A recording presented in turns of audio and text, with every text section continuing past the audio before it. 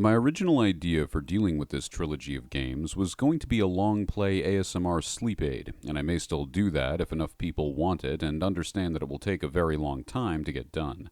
However, here I present to you the first in a series of reviews covering the beautifully crafted Fallen London universe, home to the original Fallen London 2009 browser game, the Lovecraftian exploration survival game Sunless Sea from 2015, and what many consider to be its greatly improved sequel in mechanics, Sunless Skies from 2019.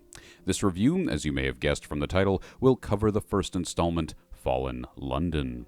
For those looking for the spoiler-free, too long didn't watch version of this review, for what it is, I give it a 9 out of 10. Good writing, fun adventures, and the only thing it's missing is a soundtrack. A Lovecraft and Gothic horror inspired world with an interactive map to jump around on and have single-player D&D style adventures. Please enjoy.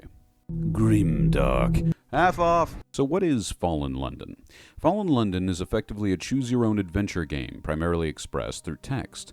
Its primary claim to fame, even with this limitation, is its moody atmosphere that puts one into a relaxed, interested, trance-like state as you learn more about the world and lore. Character creation is fairly simple. You choose a silhouette-like profile picture for your character, select your sex, or lack thereof, and name. After starting the game, you'll have 5 stats related to 3 qualities each. Each of these stats will help in the tabletop dice roll-like chance of succeeding or failing in a feat. The watchful stat, represented by an owl, relates to feats of observation, intellect, and deduction. Shadowy, represented by the cat, is stealth, subtlety, and cunning. Dangerous, represented by the bear, is strength, ferocity, and a quality called soldiering, which I'm sure relates to endurance in some way. Lastly, persuasion, represented by the wolf, encompasses feats of wit, charm, and plausibility. To better relate these to players, a scientist or detective character is going to want to perk into watchful. Thieves or rogues should go for shadowy. Warriors should perk into dangerous, and con men or politician characters should perk into persuasion. As you progress throughout the game, you will use actions represented by the candle on the upper left of the screen. When you run out of actions, they seemingly recharge on a 6 to 10 minute timer. Other than choose-your-own-adventure stories called storylets, you will also be able to interact with this world through the chance cards located at the top of your story tab. These function similar to chance cards in Monopoly and have random effects from conflict to faction reputation, or some weird ones like the calendrical confusion of 1899, which starts me on a quest to figure out why the mad empress who rules this place has decreed the year 1900 cancelled and all calendars banned. It sounds like fun. So let's hop in. For my character, Magnus the Black, I chose to focus mostly on watchfulness to go more with his mage theme. You will level up each of these 5 main stats dynamically as you perform feats in the game. Once in-game, you have the ability to access your profile under the My Self tab on your home screen. This will show your profile picture and your lodgings in-game. At the start of the game, this will be New Newgate Prison. This prison is on top of the underground setting in a stalactite, giving us a nice view of the world below.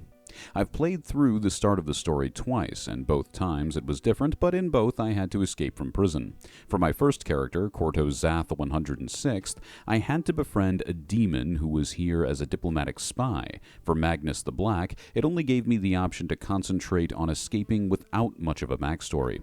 However, during my first playthrough, I will say that it said I was trying to get here from the surface. I succeeded and was most likely imprisoned under suspicion of being a spy like the demon before me. It also said that Hell was the closest neighbor to Fallen London, which felt like the game being very self-aware and owning its own edgelord status. I got a good laugh out of it. For Magnus, my first tutorial question was asking how I would get through the bars of my cell. I went with the watchful choice, which was looking for a dropped hammer and chisel from one of the imprisoned workers. I find one in the laundry room, and I escape. I slip onto the supply dirigible, and I'm given a choice of which part of Fallen London I want to visit first. Each one is marked with a highlighted word explaining which stat it will help you with. I choose Ladybones Road, as that one helps you with watchfulness. It's described as a place to find mysteries and has a nice custom pink backdrop. The intro is as follows. The dirigible spirals slowly down over the smoldering lights of fallen London. The cavern breezes of the Neath pluck at your clothing. As the dirigible passes low over Hangman's Arch, you leap, rolling, and you land on the broad, flat top of the arch. It's an easy climb down from here. The heads of the recently hanged turn to watch you as you pass. One gives you a sardonic wink.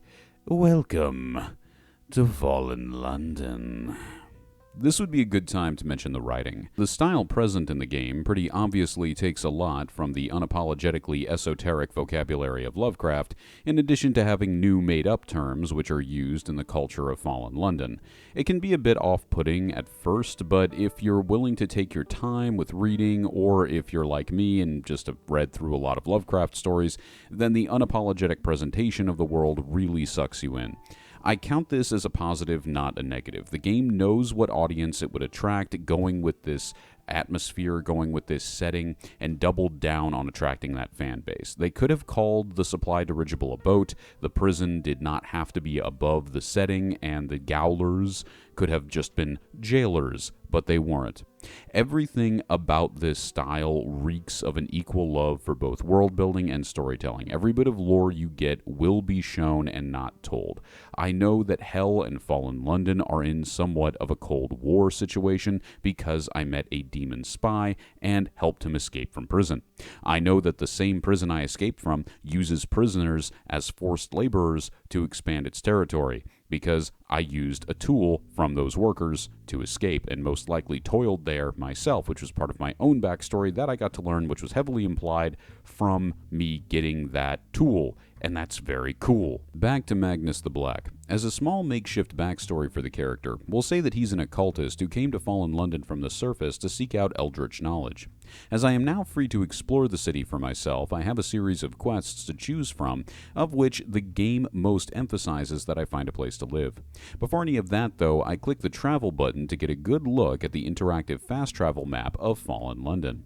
It looks very nice, and with the quality I've gotten from this game so far, I would say that I wouldn't mind having paid about $2 or so for it on Steam or a more complete version of it. Fallen London has 4 main districts: Ladybones Road, which we are currently in; Spite, which initially made me think of the crime level of pre-Batman Gotham City until I found out that Vale Garden was a thing, which made me think of the crime level of early 2000s Detroit; and lastly, Watchmaker's Hill, which is described as a fungal wilderness and whose main attraction as a location is an observatory that only employs blind men, which gives me a lot of Bloodborne vibes.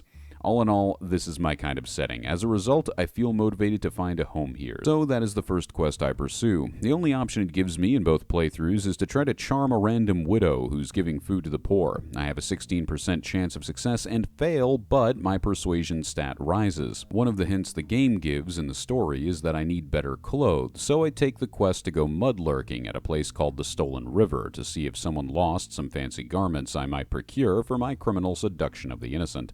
Thankfully, these feats require watchfulness. I poke around in the shore with a 50% chance of success and pass. After getting muddy, I get some bottles of fancy wine for my time. Grey Fields, 1879.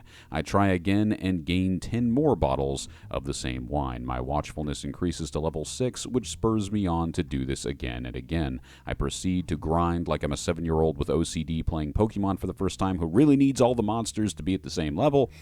Eventually, my watchfulness is at 9, and I have several bottles of rarer and rarer wine. I sell all my finds at the bazaar and come out with 3 echoes to my name, which is the currency used in lore.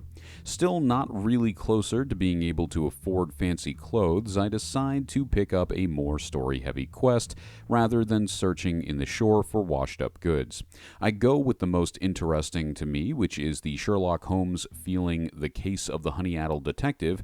After a brief introduction, it gives me the direction to Mullock Street to help me find this half-insane detective who contracts out his work to up-and-coming sleuths like myself. So far, I'm liking this quest line. It gives me a torch to pick up for my character in the form of the detective's legacy, which helps provide motivation, and the Sherlock Holmes parallels, of course, aren't lost on me.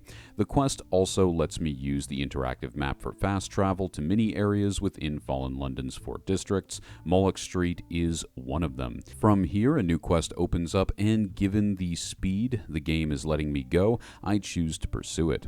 My ADHD-driven detective now starts commotion at Mullock Street Station. Trying to continue the story, I get cut off by a paywall.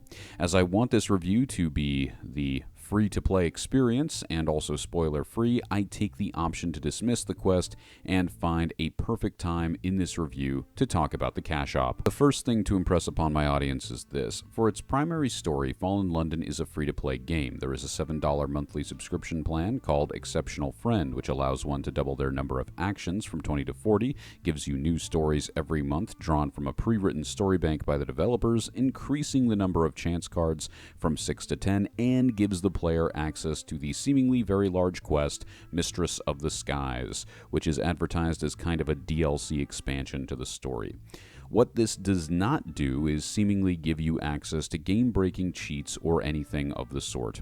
If you're not interested in the $7 subscription plan, they also offer different stories which are seemingly well-maintained, with the last ones being written from 2021, which is a great amount of dedication given that this game went live in 2009.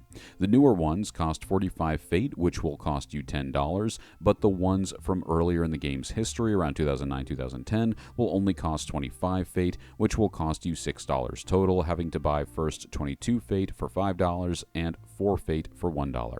Nothing sketchy here, as you're effectively buying a dime store choose-your-own-adventure story. I will say that they do use the old pricing trick of giving you just enough Fate when you buy, if it's in low numbers, to give you that sort of thought of, well, I can't really do anything with one Fate and one Disney dollar. I already spent the money, so I might as well buy more. Other than that, I can't complain, as I am currently only playing the game to help me prepare for sailing the Untersee in Sunless Sea. That's why I won't be buying anything here. But if you do enjoy a choose-your-own-adventure story more than you do a video game, then this side of things might be for you. I would say that it's fairly priced and worth your time. I'd recommend going buy to play in this case, not subscription, as you can just buy a new story once or twice every few months or so, or for how long you play it. Rather than every month, $7, which is ultimately more money because you're spending it, again, every month, when your schedule can easily cause playtime to vary. If you enjoy those stories and you enjoy those individual stories enough, consider upgrading to that $7 a month model. As far as cash ops go, I'd give this one a 9 out of 10 on the fairness scale. Now back to the playthrough. At this point, I finally found a side quest I could do in the form of the card I mentioned earlier in the What About section of this review, the Calendrical Confusion of 1899. I investigate what's going on and quickly found a copy of the Empress's speech. The quote, "We did not abandon our husband, and we will not abandon our century," is meant to convey a sense of holding on to the glory days of fallen London prospering, which is the state I'd say it was probably in the early to mid-1800s by my guess. This has many people upset and angry at the decree, and suddenly I feel like Wes Johnson should be talking in a Scottish accent while making me the Duke of Mania and giving me the Wabbajack. Actually, so far, that's a great way to advertise this universe, at least to Elder Scrolls fans. Imagine an Elder Scrolls game, Skyrim, Morrowind, Oblivion, you know those, but every quest involves Sheogorath in some way. I get a free bottle of Century Label 1899 wine and move onwards. That's it. That's the entire side quest. Oddly satisfying for how short it is, but honestly, this is a great way to introduce a player to the universe. This is Fallen London. A year being cancelled and the death of hope is not real news here, just the depressing status quo. Remember, you're ruled by Lovecraftian madness-driven royals, there is an underground observatory that only employs the blind, and you're literally right next to hell. Things don't have to be a conspiracy for evil, crazy people to gain power. I'm pretty sure that ended when, according to the lore, bats literally flew London underground. From here, I will stop documenting my playthrough and more talk about my experience as a whole. Since I was playing the game in February, the Valentine's Day event Festival of the Rose was available to me. This also gave me a link to the community Discord for the game, so I check it out. As this is a text-based game, I will happily consider the Discord part of it, or an accompanying manual that comes free with the free-to-play game. I join and choose the spoiler-free role to keep the most the world has to offer a mystery to me until I finish this review series. Tying into the subject matter, there is an area for the Festival of the Rose in the Discord for people to set up the exchange of gifts and a primary section for people to simply discuss the festival itself. I have to admire the upkeep and dedication to community here, as the Discord population for Fail Harbor Games is at over 1,100 online users, meaning countless others wait in the wings. They're also offline, so we're probably only seeing a small chunk of that. The community seems slow moving but fairly active, helpful, and polite. From here, I gain an ambition or end game goal in the form of an arch enemy and continue my playthrough until I'm satisfied that I've experienced what this game has to offer. Alright, these next notes are just the cooler things that happened to me throughout the rest of my playthrough, as I was going to go over everything, but that would take forever. Due to a chance card, I got the opportunity to change my name. These options were surprising, as they were much more diverse than in the start of the game. 10 when compared to the original 3. I go with the title of Deacon to go with my occult theme. My next card gives me a free 10 extra actions for the setting, which I was surprised by, and is a point in the game's favor given the cash op of being able to naturally increase those with real money. I eventually end up going to watch Maker's Hill in pursuit of my nemesis, finding out that they use dead rats for currency, which I thought was very interesting and it makes the world feel very lived in when you come across those things.